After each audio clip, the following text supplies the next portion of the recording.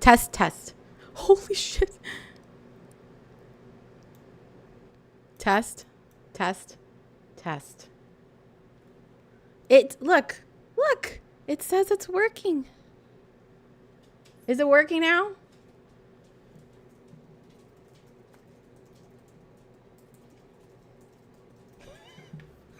God. Yeah, it's working? Oh my God, thank God. Okay, now it's too loud. I don't know what's happening. Test, test. I think it's Microsoft Edge. I swear to God, and I need Microsoft Edge to do this today. Oh my God. Or I could use display capture. I'm not going to even mess with. I was using window capture and then going to Microsoft Edge. Since I had an issue with that, I'm just going to do display capture. God, that was close. You were kind of hoping for charades. We could do that. Okay. Thank God. God. Okay. So we got some news finally. Test, test, test. I'm too loud. Let me see. Sorry for this, guys. Okay. I'm still too loud. Test, test, test. Testing, testing. Ha ha ha ha. I will delete this later. Okay. Test, test, test. Okay. I probably should have tested this, but I just don't have the time lately. What's the update? Okay, let's take a look at the update. Let me delete this stupid window capture. Remove. Okay. So let's go here to Twitter. And we're going to go through some news. Not so loud. Okay, cool. I'm surprised you haven't heard yet. We're going to go through some articles. The first one's going to be from Kotaku. And as you can tell from this, okay, now I'm getting an ad, but it says Beyond Good and Evil 2 is still alive and slowly moving forward with new leadership. And let me make sure that everything's showing up properly. Okay, good. Okay, some skinny dude said, I'm on the BGU subreddit, so I think I know what you're talking about. Yeah, basically, as you guys know, that the staff has been changed multiple times, and now it's been changed again. But I was like, this is the first time that my mouth kind of dropped. And I'll tell you why. Okay, so let's go through this first part. Ethan Gack from Kotaku says a new Beyond Good and Evil game from Ubisoft was first officially teased back in 2008. You guys all know how I hate when people say that. Because, I mean, technically it's right, but not Beyond Good and Evil 2. That was announced in at E3 2017. And so you know how I hate when they emphasize that. But anyways, he says that it's now under new leadership, and he mentions that Guillaume Brunier, that's what surprised me, is not in the project anymore. Of course, we knew about Michel Ancel not being involved anymore, but Guillaume leaving was like what made my mouth drop. It's like super big deal for me. I did get a chance to meet him on several occasions, and I don't know, just knowing that he's not part of it anymore kind of like hit me really hard. I don't know if it'll hit you guys too. I don't know how it'll impact the community, if at all. Because if you didn't interact with him, I don't know. You remember the Space Monkey reports, so you saw him several times. But it's just so weird. I guess because I've been doing these updates for so long and being involved in the game and the community for so long that seeing the staff change so much is kind of like, it's a hit, it's kind of dramatic. Maybe I'm being overly dramatic, but it's just so crazy. But it's totally normal in the gaming industry. So I'm not freaking out, but I am kind of freaking out. Princess Letta says the Prince of Persia team at Montpellier was disbanded this week as well. Lots of changes in the teams, it seems. Yes, and they're going to be taking some of that part of that team to go to work on Beyond Good and Evil 2, which is a good thing. But it's just, I can't believe Guillaume is gone. I can't believe it. It's so sad, to think about. And then Emile is gone. Emile passed away. And that's another thing. Emile passed away. You guys know that. But someone's replacing him. And that's the happy news, that we have someone new in the team. But Guillaume is just, that hit me hard. It says Guillaume Brunier will transition to another project within Ubisoft. A spokesperson for Ubisoft told Kotaku back in July. We'd like to thank Guillaume for his leadership in developing the game over the years. His contributions and dedication have been truly admirable. Beyond Good and Evil 2 development will continue under the leadership of Francis Coldeboeuf. I'm sorry if I'm butchering your name. I don't know who Francis is. I tried to look him up. He does have accounts on Twitter, but it's like not active. He's a seasoned producer who is already part of the core team. So that's a good thing that he's coming from within as well. So he has been working with everyone. We will have more to share when the time is right. Now, so no hate to Francis. I just the Brunier Guillaume thing, it just shocked me. And I wish we could know a little more about that, but I'm sure we won't. So yeah, that's the first bit of news. And then the second bit of news is good news. I mean, not saying that replacing with Francis is bad. It's just, I'm going to shut up. I'm going to shut up before I put my foot in my mouth. But this is an IGN article, and it says Beyond Good and Evil 2 gets new creative director as veteran designer Fawzi Mesmar takes the reins of long-delayed sequel. And Mesmar follows Emile Morel, who died suddenly in 2023. This article is by Kat Bailey. And this was a pleasant surprise because I've actually interacted with Fawzi. I hope I'm saying your name right. I've interacted with him online on Twitter for a while. I mean, we'd had some pleasant exchanges. And so I was like, wait, how long has this been going on? Stefano says, I remember being afraid this project to end up like Duke Nukem. Now I just wish it to be at least that decent. I don't know. I'm a little hesitant. I'm more hesitant than I was before, I would say. As you know, I've always said that 8 years, I expected maybe 8 to 9 years of development for this iteration of the game. And you know, Red Dead Redemption, I always say this, Red Dead Redemption 2, I think it was 2, took 8 years. So I wasn't really worried about how long this specific iteration of the game is taking. But yeah, the multiple staff changes is a little scary, I know, for all of us. And then Star Wars Outlaws was released. And that kind of scared me a little bit more because the reception to Star Wars Outlaws wasn't what they had expected or hoped. Hopefully it gets better, you know, with time. But a lot of the assets in Star Wars Outlaws are reminiscent of things that we've seen in Beyond Good and Evil 2 trailers, and even the demo examples that we've seen of like alpha versions of Beyond Good and Evil 2. And so I'm a little worried. First, that it won't feel new when we play Beyond Good and Evil 2, because we've seen a lot of the things that might be in Beyond Good and Evil 2 and Star Wars Outlaws. And then also the whole stealth thing in Star Wars Outlaws. I don't know if you guys have played it. If you've played it, let me know. If you're playing Star Wars Outlaws, let me know. But if you haven't, there's a significant amount of stealth in Star Wars Outlaws to the point that it gets really like, I don't want to say boring, but it's just like repetitive. And although I do enjoy the game, I do see why some people were upset with that amount of stealth. And so you guys know there's always been stealth in Beyond Good and Evil.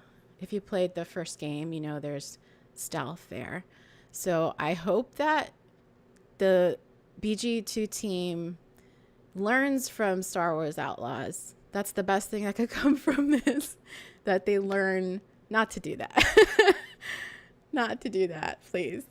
But otherwise, all the assets in Star Wars Outlaws made me very excited for what Beyond Good and Evil 2 could be.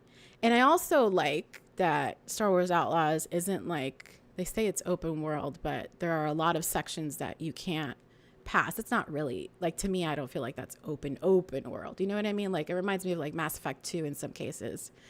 And I kind of wouldn't mind Beyond Good and Evil 2 being that instead of the big scope that they initially had. You know what I mean? Like, I'm okay with them pulling back. And I've always been okay with them pulling back. But I do get the desire for innovation. I'm just wondering if at this point, I mean, I don't know. how much can you really do at this point? How much can you really cut back? That would be like starting anew, wouldn't it?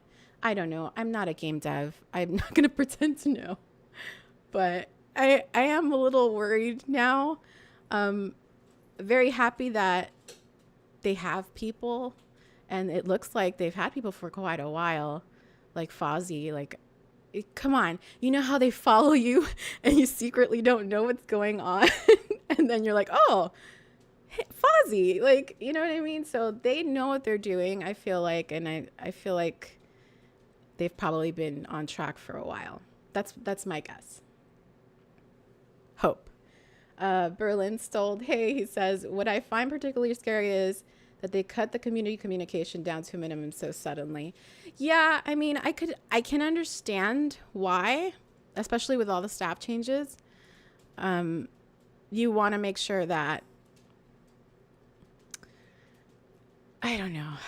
I was going to say you want to make sure everything's solid before communicating with the public again. But they did actually communicate with us for the release of Beyond Good and Evil, the remaster. And they did confirm that the game was in development back in June. So here's the tweet. They said, yes, Beyond Good and Evil 2 is still in development, and we cannot wait for you to discover more about Jade's past in the 20th anniversary edition. So they have been communicating this year, and I think the remaster was a really good way to just remind everyone, hey, we are here. Psycho Film says, start small before experimenting. Yeah. So it'll be interesting, especially to see how the game turns out from the initial announcement of like the big scope of, you know, everything. It was just too much, I think. And I think that might have bogged down the team.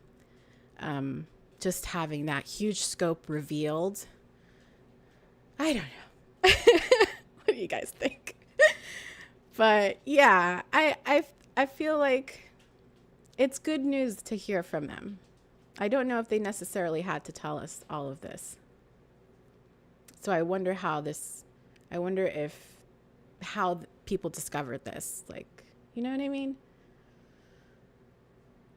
Berlin says, yeah, I can understand that, and I'm usually all in for keeping it low and then come out strong when you got something to show, but the change of pace still look like some fundamental changes in philosophy. And Princess Letta says, their self-deprecating reactions on the Skull and Bones release were so funny. I wish I would have bookmarked those. But yeah, they are showing signs within community involvement, but it's again because of the remaster. Speaking of which, I got my vinyl for the remaster. I was waiting to, oh, where is it? I was waiting to make another video for that, so I'll show it later. Gregory says, it's okay that you're worried. You love this franchise, so say what you feel. Thank you. Princess Letta says, Ubisoft needs a win. They're going through a lot, which must be putting pressure on them, investors and such, and changes in leadership, vision, and resources is rough. I feel for the team. I want it so bad, but money. Oh, the vinyl. Yeah. Yeah, I couldn't get I couldn't afford to get the collector's edition of the actual game for the remaster, but so I just ended up getting the vinyl because, you know, music. So that's basically the news, the staff changes. But I do think that this is the first time it's taken me aback. There is another staff change that I want to go over that wasn't in the articles, and that is Sarah Arellano, which she was the narrative director. Now, I saw in September 25th, she mentioned that she was going to leave France. You could see it right here.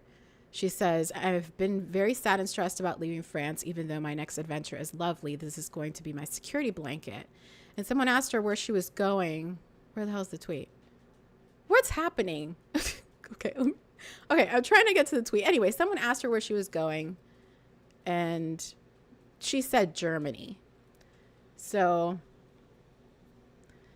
I don't know if that means that she had a dedicated amount of time on the team to write something and she's done and she's out, or if it's just, I don't know what happened, but it hasn't been mentioned in any articles as of yet that I'm aware of.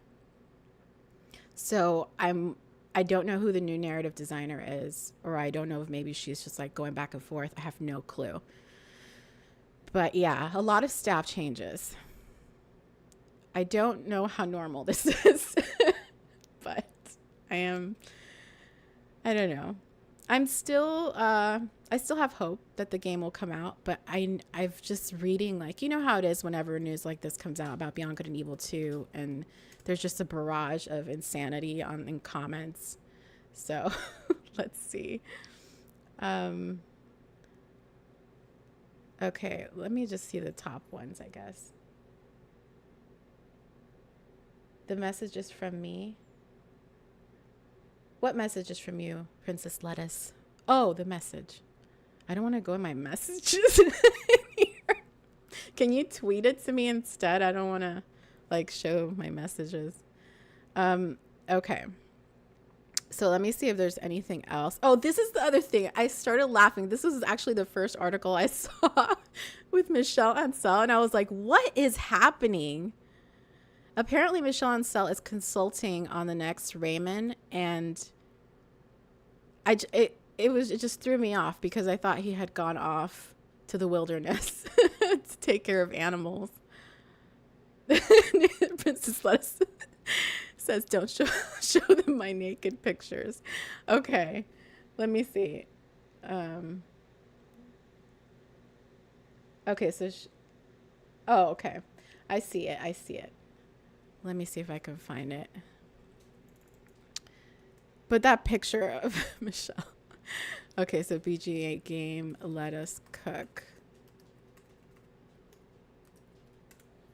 I think I'll feel more confident once the community team gets active, but I doubt we're going to see that for a while. So Skull and Bones announced their open beta, and then Beyond Good and Evil says, already? And Skull and Bones, don't you have an anniversary to celebrate? Let us cook. So yeah, that was cute. That was cute. As soon as they're more active again, I'll feel a little safer, I think. But yeah. Let's see. Okay, that's pretty much the news. That's pretty much the news. I did want to go over some tweets because I found them interesting, of people talking about the news. So let's look those up.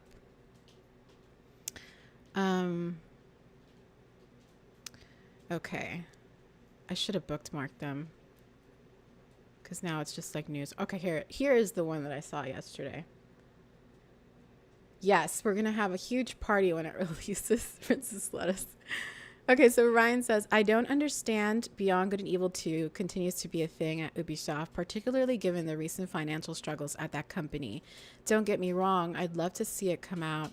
I just don't understand how it makes any money sense to them, financial sense to them.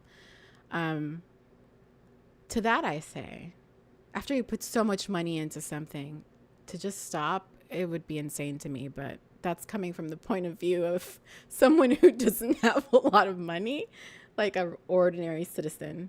I don't know business-wise what the best decision would be, but I don't want them to cancel that game. And I hate when people have that like desire. But I get that some people may be really disappointed or upset about the Prince of Persia thing. So maybe it's coming from that, a place of, you know, not bitterness, but, you know, I don't know what to say. But I did see some happy tweets from people, like people that I followed. They're like, oh, finally news about Beyond Good and Evil 2. So, but again, Princess Lettuce says, I feel like that only happens when a business gets taken over, like with LucasArts and Disney for 1313. Well, I have seen some recent articles about Ubisoft staff striking in certain places. I think 50 people striked at Montpellier recently, so I don't know. Okay, so Jay Play Games. I guess Rhino the Bouncer is another Beyond Good and Evil 2 creator. I'm not sure. But yeah. Oh, there's Princess Lettuce. Yeah. So yeah, that's pretty much it. Staff changes. This was a significant staff change to me personally. Again, yeah, my mouth just drops. And then just having Michelle Ancel around there, because the article put it, let me just read exactly what they wrote, because where is it? I was like, eye roll. Let me see. Bye, Berlin. Have a good day. Have a good day. Stefano says, as weird as it seems, I just wish they cut with stealth and embrace the Zelda side of BG, and Ubisoft just get... I think if they get rid of stealth completely, it will be a problem with some of the fans. They shouldn't get rid of it completely, I don't think. They should just have the same kind of dynamic of just like straight on action and stealth, like a mixture. But not like, I mean, there is like just action fighting, like straight on going crazy chaos in Star Wars Outlaws, but I feel like the stealth was like just so much. It was just like overwhelming. So they have to find a good balance. Okay, so it says, where is it? I'm trying to skim it to find it, where he says that Michelle, I can't find it. It'll take me forever. I can't concentrate. But basically he said that Michelle Ancel becoming a consultant for the next Rayman Legends was ruffling some feathers. I don't know. Oh God. Who texted me? Okay. Not texted me. Tweeted me. But yeah, that's pretty much it, guys. I don't know how long the stream has been, but it's not a lot of news. But, like, you know, I did find it pretty important. This is the first time I felt it was important. I really hope, I wish the best for the team. And I'm happy. Oh, I wanted to show you if you go to Blue Sky, you can follow Fawzi and Blue Sky on Twitter as well. I put his links in the video description in case you want to follow him. I also put the links to the articles in the video description in case you want to read those yourself. And then Fawzi on Blue Sky, he's more active there. I don't think he uses Twitter as much. But he says, I'm glad to share that I joined Beyond Good and Evil 2 as creative director. I have been working with these peeps for years now and witnessed their talent firsthand. I am standing on the shoulders of creative giants that have supported the team before me and thrilled to continue the journey. So I really like that message that he sent. So it's good to know that he's worked for years with them. And also, I like to shout out to the people who worked before him. So the creative directors, I don't know if he just met Michelle Ancel and Emile, but that's how I took it. And just, it was nice. It was a nice message. But yeah, I'm excited for Fawzi. And I'm eager to see what he does. But yeah, that's pretty much it. Take a shot whenever you hear me say, but yeah. If you're over 21, you're 21 and over. But that's it. That's the news. What do you guys think? Princess Lettuce says, all the best for the team. Oh, look at Barry in the back. Oh yeah, Barry, let's hope Barry doesn't he starts running around and I don't think he can see very well anymore, so he just runs into things. I have to buy him one of those little things, you know, for blind dogs, I think, pretty soon. Some skinny dude says, let's pray that everything goes well. Yeah, I hope so. Oh my God, I would be devastated if it was canceled for so many reasons. You already know why. I would cry. I would cry. Oh my God. But yeah, I'm happy to see something out there, but I think this is the first time I kind of feel a little hesitant, worried. because I don't know how many times have there been staff changes already. But let me see. I don't even know if I should bother looking at the comments of people, because it's always the same thing. People being angry or saying just stop it already, or people like me going, please keep going. Oh, someone says, is Beyond Good and Evil 2 still in development? Yes. Yes. Paul Tazzy Forbes. Let's see what he says. Princess Letta says, I'd be devastated if it were through a 10-cent buyout. That would be gutting. I keep hearing about Ubisoft having financial issues, and then that makes me nervous as well. They did have, a long time ago, they mentioned having a show for Netflix, and I don't know if that's still a thing. A show or a movie for Netflix. I'm starting to assume that it was just that little animation show that where, you know, Jade and Paige were just there for a little while, but I don't know if, I'm just going to assume that was it. Maybe it was supposed to be more, I'm not sure. Some skinny dude says, did they claim BG2 would become a quadruple A game?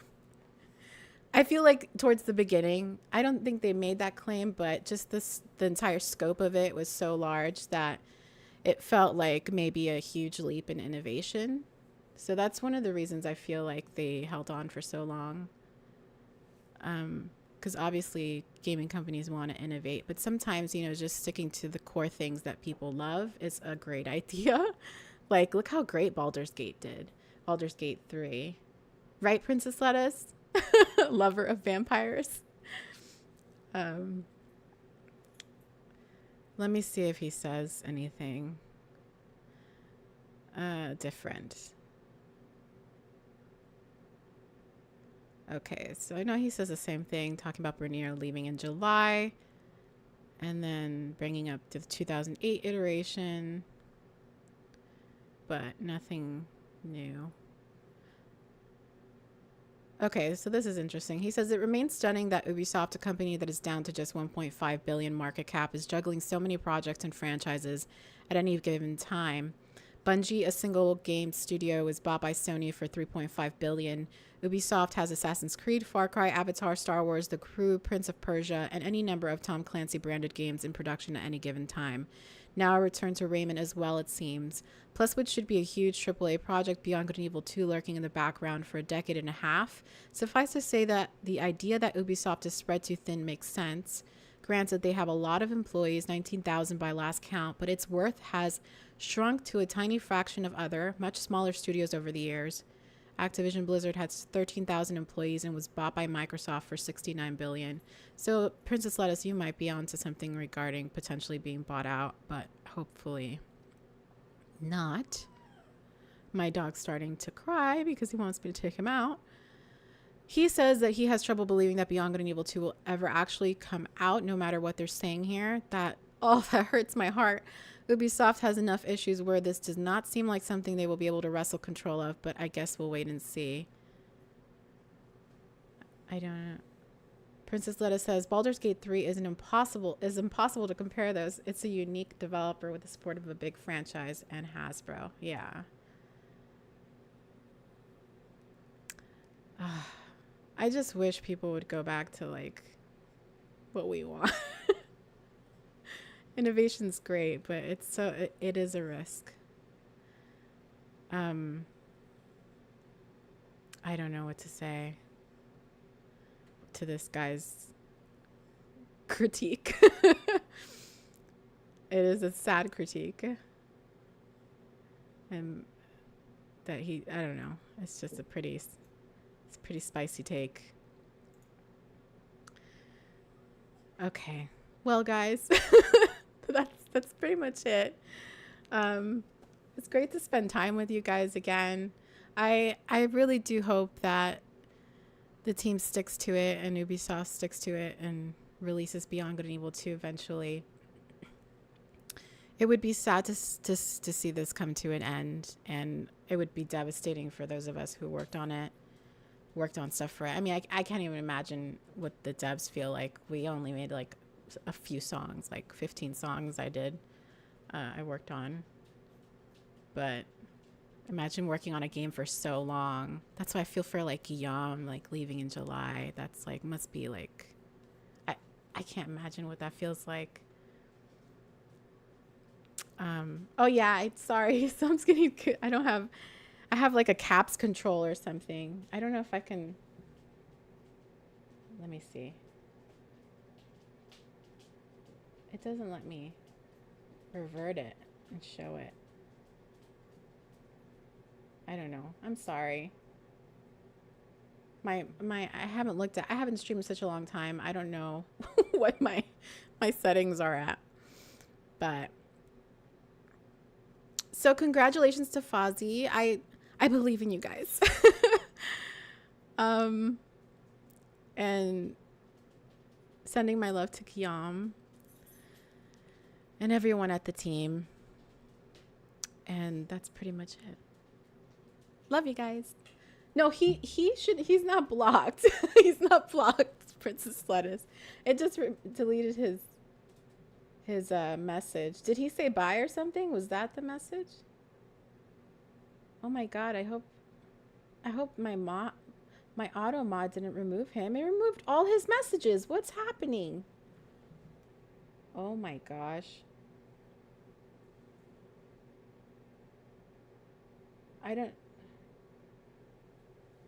This is ridiculous. I didn't put you in a timeout or anything, so I don't know what's going on. If you're still there, I'm sorry. I'll figure out what the hell's going on after I end the stream. But that's it. I love you guys. I'll see you next time. And hopefully with more exciting news. For gameplay would be great. Or a release date. That would be amazing. And maybe I'll play a game or something this week. I'll go live again. But bye.